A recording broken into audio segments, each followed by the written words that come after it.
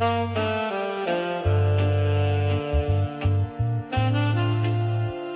Hotspur have appointed Thomas Frank as their new head coach. And the consistency and the players know the patterns. But of course I'm aware that we need to be flexible sometimes. You look what Thomas Frank has done over the course of 7 highly successful years, you can understand why Tottenham would be interested. Welcome into the Tottenham Depot. I am your host, Andrew. This is episode 243. We've got a busy one this week. Obviously, a lot to discuss. We'll start by throwing it out to Todd. He is at TC_Show. TC, what's up, my man? Oh, not a whole lot of noteworthy discussion on this pod, is there? Gosh. Just a little bit of sentimentality. Just a little bit of that. Man. Any day that you can come on here with your mates and have a chat about a legitimate Tottenham legend is a good fucking day. And that's what we get to do today. So I'm excited. We sure do. Caroline is also alongside. She's at CG Stefko. Caroline, how's your Monday? Good. Just recovering from a really eventful weekend in many ways. And I've got my box of tissues nearby. So I think I am ready to have this discussion about Sonny. Let's have it. Obviously, the three of us discussed it quite a bit last week with Sonny.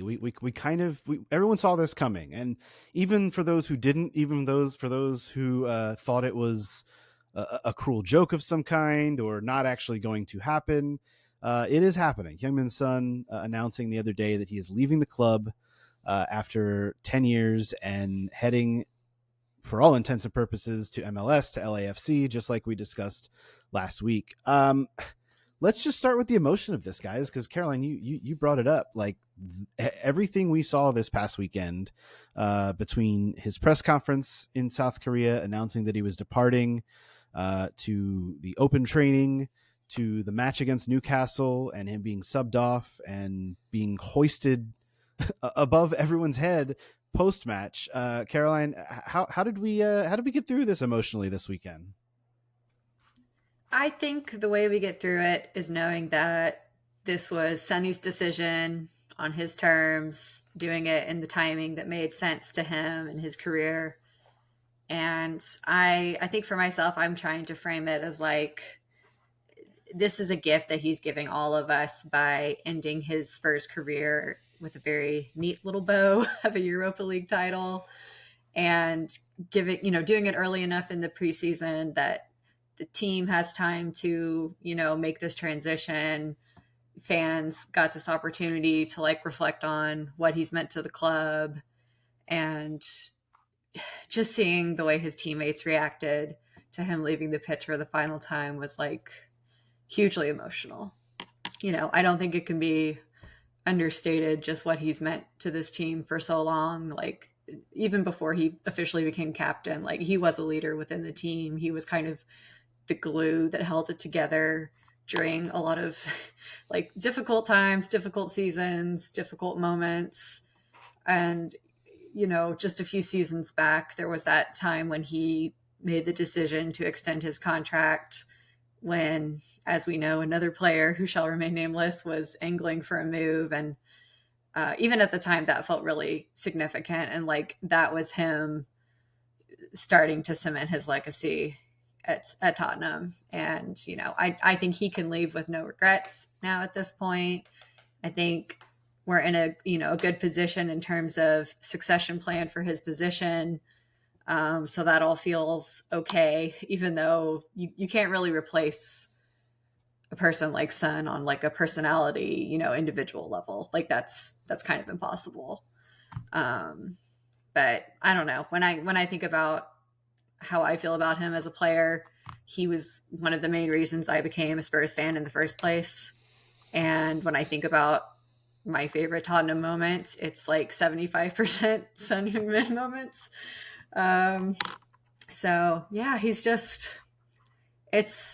I don't know. I feel like it's going to keep hitting us at different points this season that he really is gone. And that's going to be, just something we have to keep grappling with as it goes on. But I think I feel good about the way it happened. There was clarity. There was a chance for everybody to celebrate him. So if it had to happen, which it does with every player, this I think was probably one of the best ways it could go down.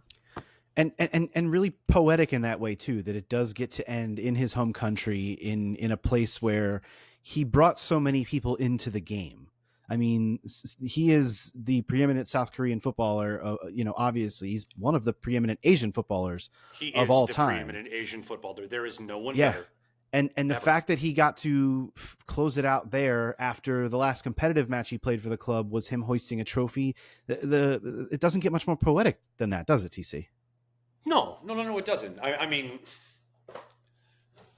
you think of the great ride off into the sunset moments of the history of sport. And, for all intents and purposes, this is even better than those. Because, a lot of the time you have those great champions and they win their ring in their final game and they're gone, or they win that trophy in their final game and they're done. And we legitimately got like a nice little couple week send-off tour for him in the summer. You don't think about how many important goals Heung-Min Son scored for this club. More winners than anybody, right?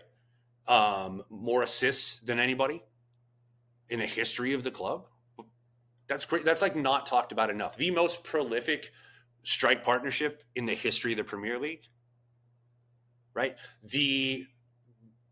I would argue will be on everybody's, top 5 list or whatever for the greatest left wings to play in the Premier League. But more than that, my thing about Son Heung-min is I love the phrase, he casts a large wake. And the reason why I love that is because Sonny's impact is not simply felt on the field. Sonny's thumbprint is left forever on this club. He's left forever on those 18 and 19-year-old kids who he shepherded through the most tumultuous league season, especially in the history of our football club. Like he was Noah, for all intents and purposes, to this wayward flock of kids that Langa, compiled under Ange. And the hardest thing for me, to be fair, and I want to spend this time celebrating him, but the hardest thing for me, to be fair, is that my children don't know a Spurs without Heung-Min Son. And granted, we're LAFC fans in my house. And that's just by coincidence. Like Bale went there and we started paying attention. MLS isn't my favorite product, but in the absence of my USL team, which we won't go into, I found solace in the LAFC group of players and group of fans and supporters.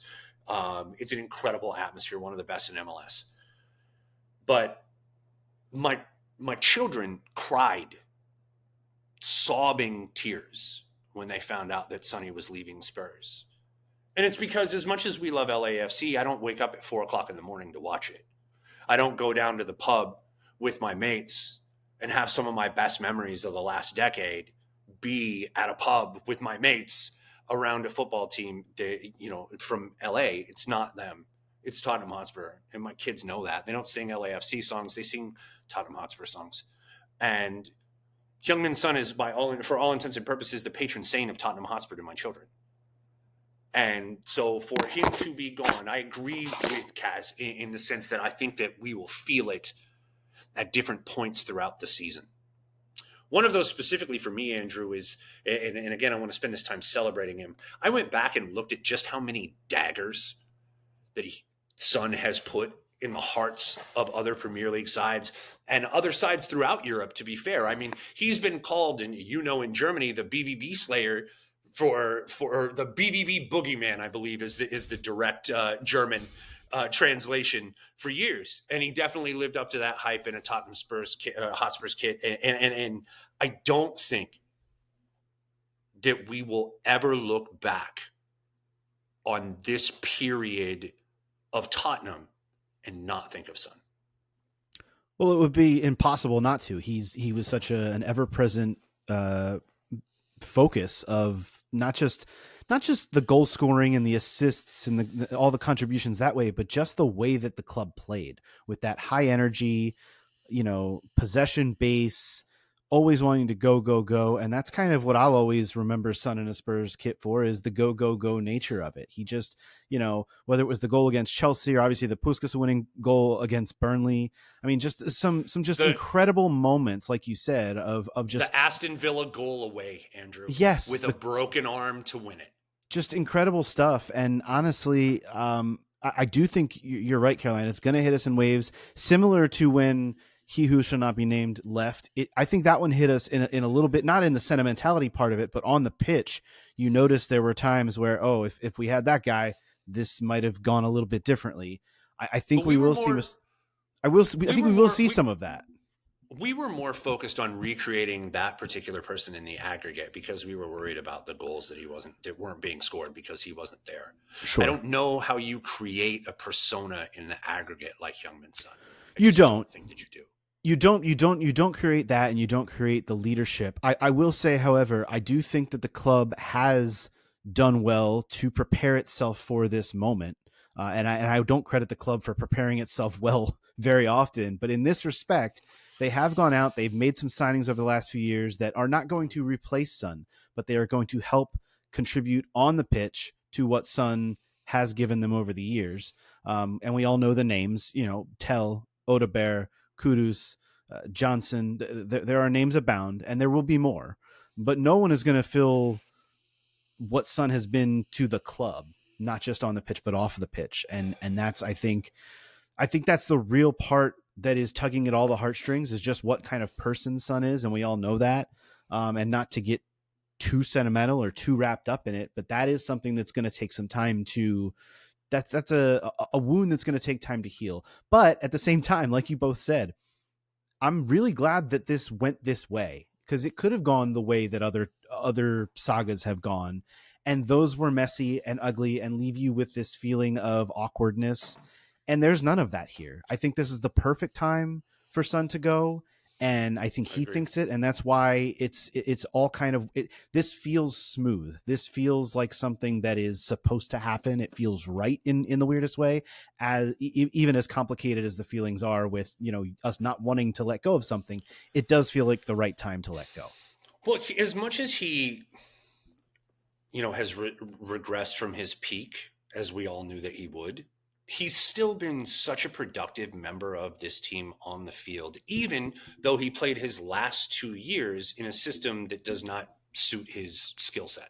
And I think the other thing we underrate about that, Todd, not to cut you off, is that the peak that he had was so much longer than that of other players. I mean, some players get a 2 to 3 year peak. This guy had like a 4 or 5, maybe even 6 year peak in his prime. And that is such a testament to his consistency and just his ability to do what he does. It's really incredible. Statistically, Kaz, he is the most prolific and lethal striker in the history of the Premier League. And you don't replace that.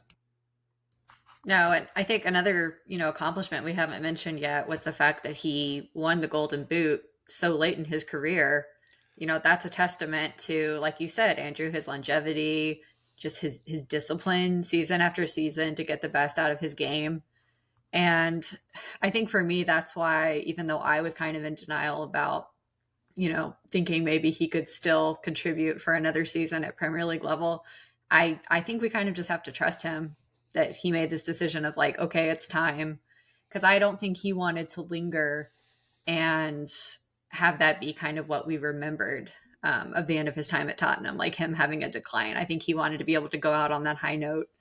And like I said, it's a gift to fans, that the timing happened this way. And we still got to have, these moments of catharsis of like saying goodbye to him, reflecting on everything that he's done, and not have any sort of like the bitterness that you sometimes have when a player stays too long and, it becomes a complicated situation. And I think he's just handled this like impeccably the way he's handled, all of his career, juggling Tottenham with his Korea national team. Like he's been consummate professional throughout. And that image that we get to have too is of him as the captain lifting a trophy, which we have not gotten in so long as fans of this club. So I think that's the beauty of it, and that's a beautiful way to put it. I also think that it's only fitting that the last captain to raise a cup for Tottenham is another legend in Ledley King. And it's something where Sonny has now, when he retires, obviously, but even now, if he said, I'm done, I'm not going to play anymore, he goes to LA, hates it, retires, like he has ascended to that Ledley King echelon of legendary status at the club. I'm not bullshitting when I say build the statue for that man. I'm not bullshitting at all. But Kaz brought up his Golden Boot winning season, and I did a pretty good job of like navigating all the Sonny content without breaking down. But when you go back and you watch the replay of that goal and the subsequent celebrations, dude, They knew. if that doesn't get you, like, I don't know what to say. The way that he celebrated with Ben Davis, and then the way that his team lifted him up so that he could celebrate with the fans, that is my indelible memory of Son. Even more, for me personally, even more than the trophy lift, my indelible memory of Son is him being the best and him knowing I am the best on this day. And yeah, Salah tied him later. Who gives a shit? Being the best, knowing that he was the best on this day. That's what I'll remember about him, because he lived in that gentleman that shall not be named on this particular pod's shadow for so long. And it's hard not to when he's the most prolific goal scorer in the history of the club. Okay, got it. I understand. And you're the England captain. I got it. And you're arguably the best passer of the football that I've ever seen in my life. Got it. But for Son, under that manager in that moment, to make that goal in the way that he did, stamped it for me. And then for him to go out on a high note, I don't know how you could ask more than that. And then the last thing I want to mention about him is he has scored some of my favorite goals against that scummy bunch down the road of all time. So I'll take those with me forever. I think the only part that got to me this weekend, and you mentioned the name Ben Davis, is when Sonny went to take the armband over to Ben again in this match against Newcastle and put it on his arm. That's the only spot where I was like, oh boy. Because the hug that they shared, that was special. That was something that really tugged at me and at my heartstrings from this weekend for sure. Well, it's officially the end of an era for Spurs. I mean, Sonny was the last member of the 2019 Champions League final starting team. I mean, Ben Davies is still here, but, in a support role. And it wouldn't surprise me, to be entirely candid with you, Sonny, having made this decision, it wouldn't surprise me for Ben Davies to take a move to a Welsh club, however you want to look at that. Sure. Don't wouldn't have any ill will either there. That said, I think that it's fair to say that this is the end of a cycle, right? There's always cycles in football. And this is the end of a cycle for us. So as we look ahead, Andrew, well, we also talked next. We talked for a long time about a long painful rebuild under Pochettino and how that was still kind of going. This does kind of feel like, okay, that long, this is the most painful part of it, the last piece of it, to the last domino to fall. The keystone. Yep. And it's so great for us as Spurs. This is where I want to express like a little bit of gratitude as a Spurs fan, which is not something we often get to do. Normally we just like to bitch and moan about how little credit we get. But that's fair. The fact that we got to close this chapter with a trophy and with that guy lifting it as the captain, that's my gratitude for now. And I'm just going to kind of live in that and embrace that gratitude because we got that. And that's a beautiful gift to have in our back pocket. As we transition away from the Son conversation, which obviously it's not like we're never going to talk about Heung-Min Son again, let's be honest. But the other thing that happened from these two matches, and specifically from the Newcastle match, was this devastating injury to James Maddison. And look, guys, I'm going to be honest, and we're going to talk a little bit about the games, the Arsenal and Newcastle matches that were played over this. I didn't really watch them. I'm going to be honest. I caught the highlights. I caught snippets. I did happen to tune in for like a little bit of when Sonny was getting taken off the pitch, but I did not really pay that much attention. So the Maddison news I actually learned well after the fact, and I said, well, that stinks, because as I said to you both last week, I think the one spot on this club that looks very, very thin right now is not the position that Sonny's departing. It's the position that unfortunately it looks like James Maddison is going to be departing for a while. A serious knee injury. It's the same knee injury, or same knee rather, that he had previously injured, and Frank after the match said it looked bad, and they don't know for sure, but this looks like it could be a season ender for all intents and purposes. Knowing that, and knowing that the only other real true attacking midfielder that this club has right now is also injured in Dejan Kulusevski, and he's still working his way back. And even for me, he's not the prototypical number 10 that James Maddison can be at his peak. Where the hell do we turn now? Because this feels all of a sudden like red light blinking. This is a serious problem that this club needs to fix. And as I look at the calendar, today is the 4th of August. The transfer window closes at the end of this month, the start of September. So there is limited time to get a deal done.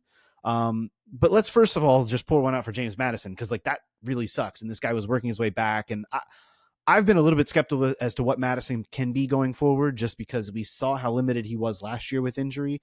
Now, all of a sudden, you kind of, not that you erase him from your memory, but like you cannot really rely on him coming back and giving you substantial minutes this season. So where are the minutes in this attacking midfield going to go?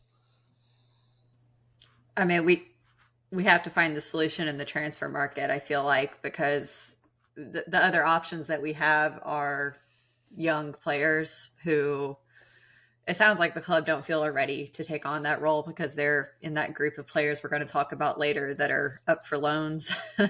So we have to find a solution, outside the club. We need the creativity.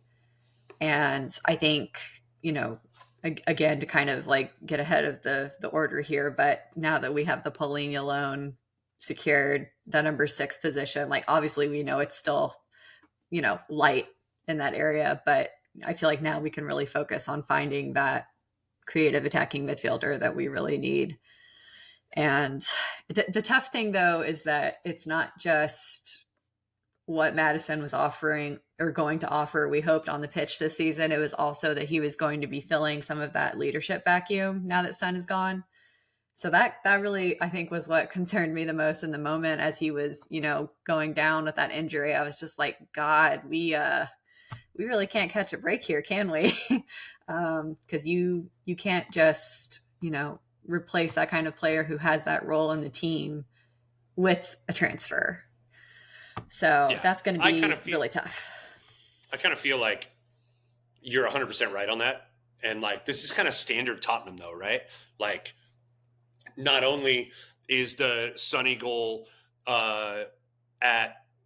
against Chelsea called offsides, not only does Romero get sent off with a random red card, but Mickey Van de Ven tears his hamstring in half in the worst excruciating way possible. Like, it seems to be the way of things with Spurs. When something bad happens, the other shoe drops. Yeah, it's Murphy's Law. Yeah, you get it. Well, it's more so than that. Like, in the sense that, like, it's almost like a knock-on effect. And I haven't seen it in sport before, where something bad happens for a team and then a waterfall of horseshit starts pouring. But say a few things about this. First things first. Fuck Daniel Levy and his transfer policy. And the reason why I say that is because the reason why we have James Maddison is because he was a cheap player, or he was a luxury player on a relegated team that we could get for under market value and pay him less base wages and more on an incentive basis because of his frailty. And when you make that bet, what you're betting is he's going to, the best predictor of future results is past results. You're going to look at James Maddison and say, okay, I'm only going to get about 50% of the games that I should get out of you. And because of that, your base salary is going to be here. And if I'm wrong about that, good. On the off chance I'm wrong, one of the 3 years that I have you under contract, I'll pay the extra. But ultimately, it's going to work out in my favor. That's the way Daniel Levy does business. And the reason why I hate it so much is because it leaves us as fans longing for what could be. Think about how many times we wailed about wanting Desk to play together, right? Imagine what we would be if we just had Desk. Imagine what we would be if we didn't get injured under Ange last year and everybody and their mom got injured. Like, imagine what we would be this year under Frank with Maddison doing big things, Kudus and Tell and all that. when you buy the way that Daniel Levy buys, you often find yourself in a position of what if. And that's what if you spent the money on the good player, the Bruno Fernandes over the Jedson Fernandes, if you remember that particular window. But as we're talking about I want to say a couple of points that you guys raised. First off, the leadership vacuum is quickly going to be swallowed up by the son that is Cuti Romero. Sign that man to a long-term contract, hand him the armband for the next 5 years and keep it moving. And then the next thing that I'll say on that is I like the way that Vicario has stepped up in that regard as well. So I think that you'll have some quality leadership, quality vocal leadership. But as far as what are we going to do, you're not going to replace the leadership in the transfer window, but you sure as can, replace the production, for lack of a better term, and you can improve on the consistency that we got from Maddison, or lack thereof, right? And the way that you do that is, in my opinion, 3 different ways. The first way that you do that is you can't bring in 110, you need to bring in 2. Second thing is you prioritize a high-price 10 over a high-price winger or striker. They had mentioned they wanted to bring in a forward, and they were looking at higher price options and more flashy options in the forward space. We were linked with Sonny at the beginning of the year, or at the beginning of the window. We were linked with Rodrigo briefly, which I latched onto, but not everybody else did. I understand. But I think now we revisit Eze, right? Arsenal haven't got this deal over the line for a reason. If we can exploit that weakness, we take it. If we can't, we've got 2 different options that I say we go with, or at least pick up. If we could pick up these 2 instead of Eze, I'd be totally fine with it. And those 2 are Fermin Lopez from Barcelona, who we were linked with last summer, and I'm going to kill it. Bilal El Khanous from Leicester City, which is a much more kind of traditional number 10, whereas Fermin Lopez is a much more of a box crashing, arrive late midfielder. I definitely think it's going to have to come from outside because neither of you mentioned the name Lucas Bergvall, and I think we all know that he's not that type of player, not a 10. And I know we've seen Pap Sarr do some cool things, but I also don't think he is that guy to just slide into that role. So I think in the interim, let's say Thursday against Bayern Munich, we may have to see something like that to get through, this last stretch. And then obviously the Super Cup lingers, but that's kind of the problem that I foresee, is that there's no immediate option and that it does have to come through the window. It's just a matter of whether or not that's going to actually happen or not. I certainly don't think Spurs are done in terms of the transfers. I think there is more to come and certainly more outgoings to come. But this is a tricky spot just because, like you say, Todd, it's not that you just need to go out and get one guy. You probably need to get 2. And whether or not you get like an A and a C or 2 B minuses, like however you want to term it, it probably does have to be 2 in terms of the bodies. And then how do you account for the other midfielders and where they're going to fit in? We still don't really know so much how Frank is going to want to play on a consistent basis, or if there even is really a way that he's going to want to play on a consistent basis. As we know, he likes to chop and change things and switch things up depending on opponents. So maybe there's some adaptability that can come from that, but the Maddison injury is definitely going to hurt, I think, long term. And this is the start of, at least it didn't happen, September 2nd. I mean, at least there is still time to hopefully replenish the bodies there and get the depth, but time is certainly ticking. I do want to touch on both the matches. As I mentioned, I didn't really dive into them that much, but Caroline, I know you said you watched both of them. Was there anything to take away? I know it's preseason still, and look, I know everybody loves a banter. We beat Arsenal 1-0. That did not matter to me as much as the health and the fitness and checking all the preseason boxes. But was there anything that you saw that you wanted to mention between the two matches, actually, in terms of on the pitch stuff? Well, the first thing kind of ties back to the conversation we were just having in terms of, players already in the squad for the midfield. And I think Papsar has really been one of the bright spots of the preseason. And just from, listening to Frank's comments after the last couple of games, it sounds like he does see Sar as kind of a more trustworthy option at the moment than the younger players in Berival and Gray. He made it pretty clear that he feels like they still need a lot of development, which is probably hard for us to hear as fans because, we know they both played kind of important roles last season because of all the injuries. But I think that's something that we're going to benefit from under Frank, is that he really has this development focus, to the point of even bringing in a coach whose job is individual development. So that was kind of a big takeaway for me. Otherwise, I think I just felt encouraged to see a little more defensive structure and solidity overall, particularly in the Arsenal game, which I think was the more competitive of the two friendlies. Like the Newcastle game just, to me, kind of devolved into like physical battles, many of which we were not winning, unfortunately. But at the same time, I do think you can see, even in a player like Sar, just to go back to him, his physicality has really increased. So I think you can kind of see hints of like the fiber of the team that Frank is trying to develop. So that was encouraging. Obviously, we know there's still room to grow in terms of like the finishing, the efficiency in the final third. But there's like encouraging signs. So I think they were both useful preseason games. And I know we all kind of, like myself included, were worried about the Arsenal rivalry factor. Like, why are we having this sort of, own goal of a decision to play them at this, point out of the country, no less. And I actually think it ended up being okay. So. Right. And I agree with that whole mindset too. But the other thing is they agreed to it too. Like they've got to be feeling a little bit of the same thing on their end about how silly is this that we're doing this. But dude, no, they didn't at all. There was so much money that was made for both right, clubs, and that's all, especially them lot. Because if you looked at that stadium in Hong Kong, like 3/4 of it was red and white. Right. And so that's the way it goes. Fine. It's always about money. It's always about money, and it's also, it makes sense.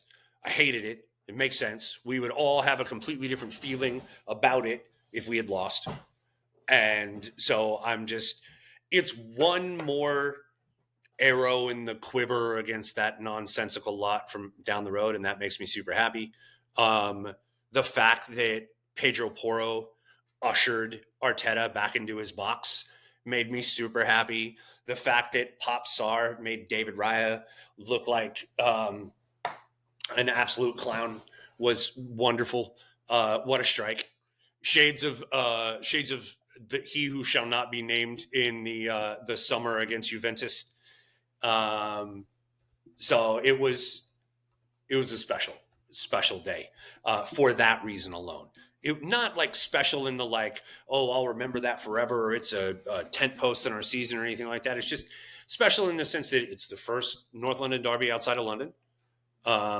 It's one that is memorable because of the goal that was scored and because it was Sonny's last NLD, even if it wasn't an official one.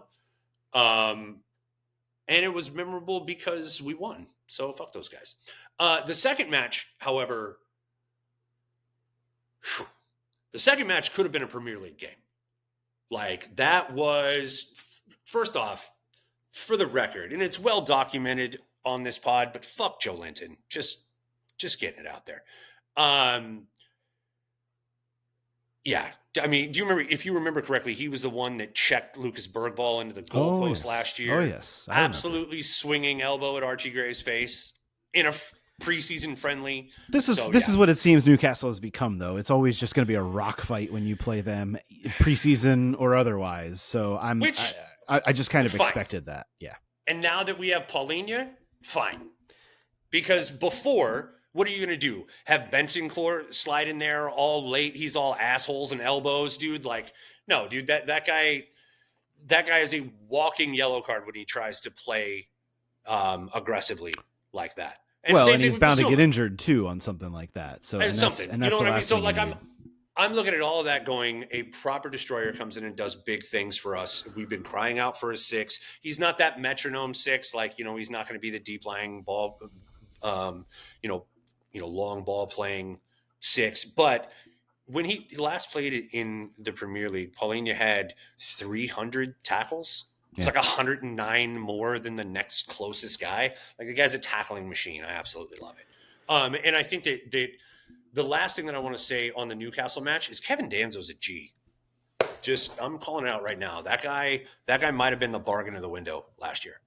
I don't disagree with that. I'm excited to see what he can do, especially in a system that doesn't require him to go and play the way that Ange wanted to play. If he can be a little bit more of a traditional center back and can pass, I love that shout.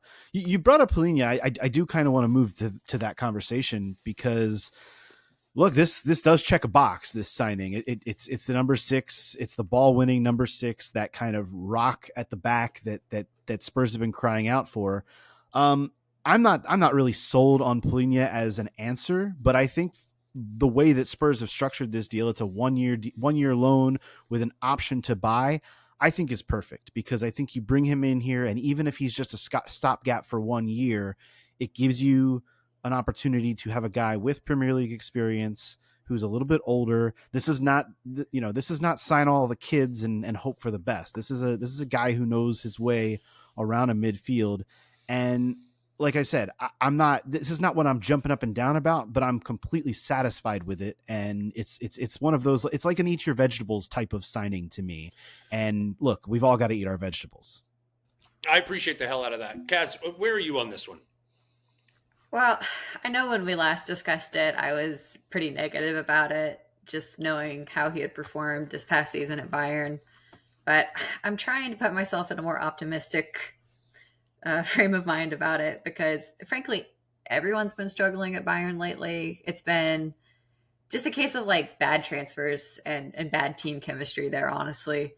And like you said, he has the Premier League experience. So I feel like at the very least, this is not a move that weakens us. I think he's at least going to like stabilize things in that position. And also, if it facilitates moving Basuma out the door, I'm not going to complain. So, welcome. That wouldn't surprise me. That wouldn't surprise me at all. Yeah. Honestly, with the summer that Pop Sarr's had. By the way, do you guys know how old Pop Sarr is, just off the top of your head? Oh, he's 22? Yeah. 22, I think he's 20, exactly 20, that. Yeah, I was going to say 21, 22, yeah. Do you know how many games he's played for Tottenham Hotspur? He's probably already got... He doesn't have 100 yet, but he's probably got close to that. 104. Does he really? That's incredible. 104 matches for Tottenham Hotspur. And guess what? He played 2 years at Metz before that. Yeah. So you're looking at that going, the Pop Sarr that we're seeing now is just coming into his prime. Thomas Frank looks at him as the next Yaya Toure, and he's going to make him that. Well, and I think that the depth now with Paulinho in at the 6, and even if Basuma does move on, which I think we'd all be fine with, you've got Bentancur, you've got Gray, you've got Sarr, you've got Bergvall, kind of all with the ability to do a little bit of something. Maybe not in that same way that Paulinho would be expected to as like the destroyer number 6, but all of those guys can fit into that midfield at different times for different needs and different approaches and different tactics. And I like the flexibility in that midfield. Again, it's just missing that charming piece up top now with Maddison's injury and Kulusevski still coming back. And look, I know there's rumors about players like Jack Grealish and all that shit coming in, but I'm just like, kick rocks. I don't want that shit. You got to find something better than that, you would think and hope. So, but again, the Paulinho loan, the fact that it's if they had gone out and signed Paulinho for like 30 million and it was a transfer, I'd have been like, what are we doing? But the fact that it's a 1 year loan with an option to buy, I'm totally on board with that. That's like, what's the old saying? There's no such thing as a bad 1 year contract. Like that's kind of where I'm at. It reminds me very much of like the Victor Wanyama signing in the sense that, we took that guy towards the latter stages of his prime and squeezed every last ounce of awesome out of him. And he was playing in Montreal 2 years later. So like you just look at that and you go, I don't know, man. I don't see, like you said, there's no bad idea, but I see this as a little more long-term than that. I see this as he went to Bayern off of a stellar season at Fulham, took a huge step to the European giants that are Bayern Munich. And they immediately changed managers who plays a totally different system than he plays. And he had appendicitis or something that happened during the year. Like he got crazy sick and then he came back and then he got injured. And then you just look at we're judging this guy off of the worst year of his career, basically. Yeah. And Daniel Levy's over here going, no. I saw that guy kick shit out of us for like 3 years at Fulham. Like, come on, you come hanging out for $13 million. And then you know what? We'll sign you on the back end of that. And that turns into what? 28, maybe 24, because you're Daniel Levy. And it's Kane money anyway. So it's a wash. Yeah. So I also like the cheeky little bit that the club put out, no steps backward. Like that was a nice little cheeky shot at the Nottingham Forest manager as well. That was very funny. I'm like I said, I'm on board and we'll see where it goes. I think the other part of this too is that position, we've talked for years about how just finding that destroyer number 6 type is so difficult. So if they're going to go about it in this way for now, I'm fine with that. I would love to have a more long-term option, and maybe he becomes not a long-term option, but a medium-term option. That's fine. We'll see how all of that plays out. Plus, I don't know if you saw how well Archie Gray played in the midfield, against Newcastle, but it was the best midfield showing that he's had in a Tottenham shirt. He's another one of those guys that is going to benefit from that true destroyer number 6 being in front of him and like getting to learn from that, and the Thomas Frank tutelage of how to grow a 6. The one thing that I wanted to say, and I think this is an interesting point about when we talked kind of briefly about the way that we do transfer strategies. I think that El Canus is probably the route that we're going to go out of 10. And the reason why is because his name is hard to say. And when your name is hard, you think I'm bullshitting. No, we do tend to do that. When your name is hard to say, you cost less money. Son Heung-Min was one of the best up-and-coming stars in the Bundesliga. But his name was Son Heung-Min, and he was from Korea, and so we got him at a discount. Could be. Dejan Kulusevski is coming off at 3 trophies. Benoit Asuaketa, or Asuakoto, I always screw it up. Like, you could go back in the history of Tottenham Hotspur and give me a guy whose name is hard to say. Give me a guy like Hugo Lloris that's got 2 L's at the front of his name. Give me somebody that's not Chad Smith, right? Well, how about if I give you one Mikey Moore? That's a name that's really easy to say. Homegrown. Sounds homegrown. Yeah, he's moving on on a loan deal to Rangers. Among the possibility of other moves, the report this morning from Alistair Gold of Football.London stating that both Luka Vuskovic, Jamie Donnelly, Will Lancashire, George Abbott, who recently just signed a new long-term deal with the club, Yang-Min Hyuk, and Tyrese Hall have all been made available alongside Alfie Devine and Dane Scarlett for potential loan deals. Some of these loan deals are imminent and maybe even announced as we are recording this podcast. So you'll see a lot of that come up over the next week, I'm sure. The only name on this list, maybe there are 2 or 3, but the real name I want to talk about is Luka Vuskovic, because of what we've seen from him already in the preseason.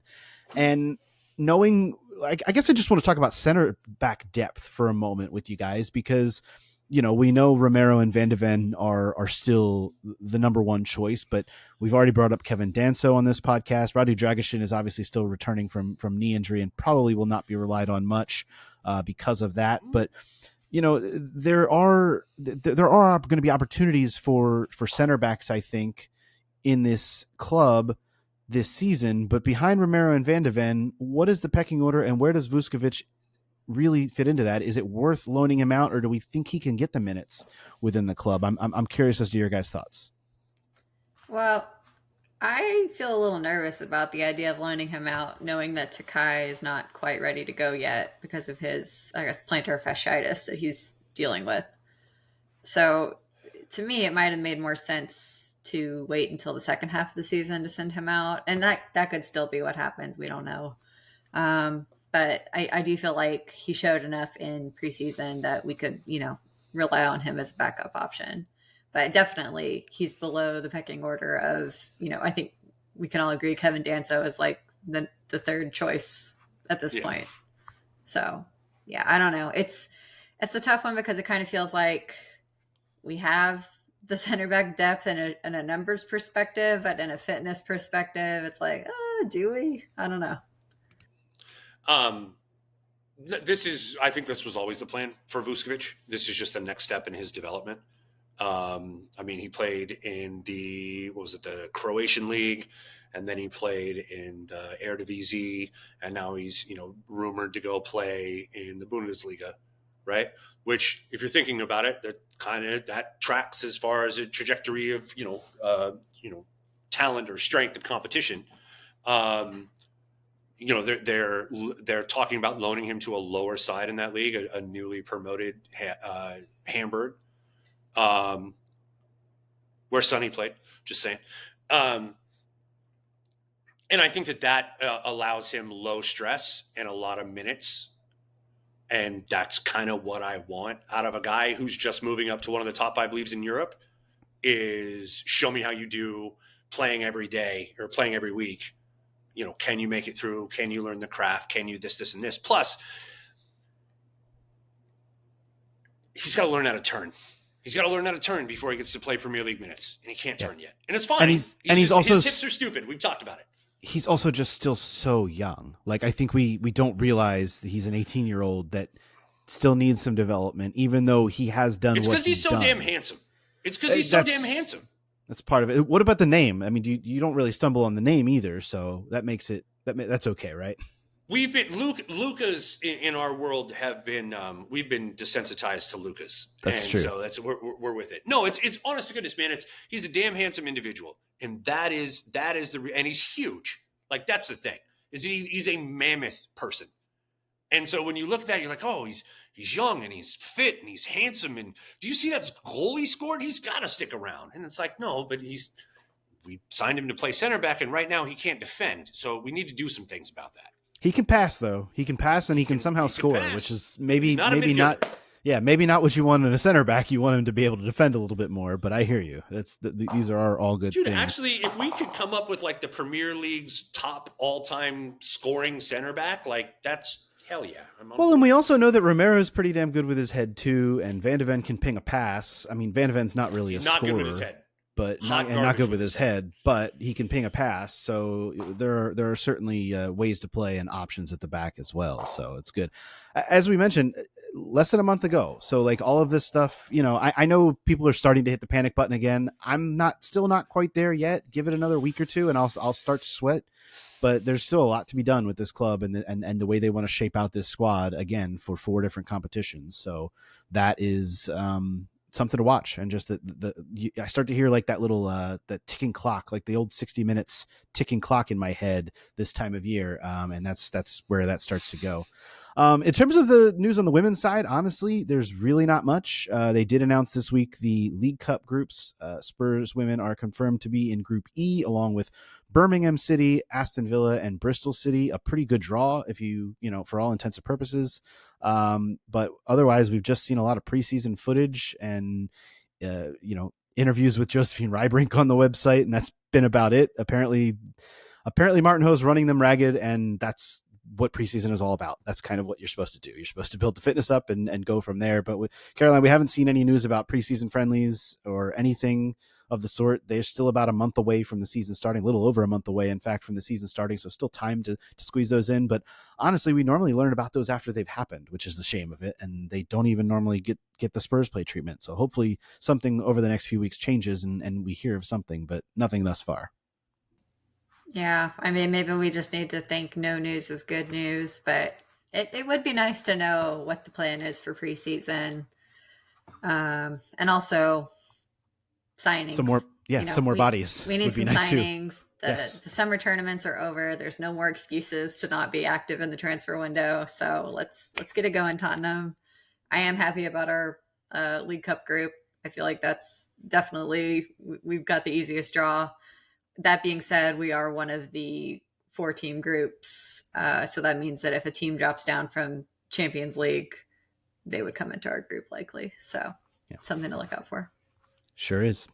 I think that's going to do it, guys, for this edition of the Tottenham Depot. This has been obviously an emotional one, but a good one. We're all getting through it together. We're all holding it together.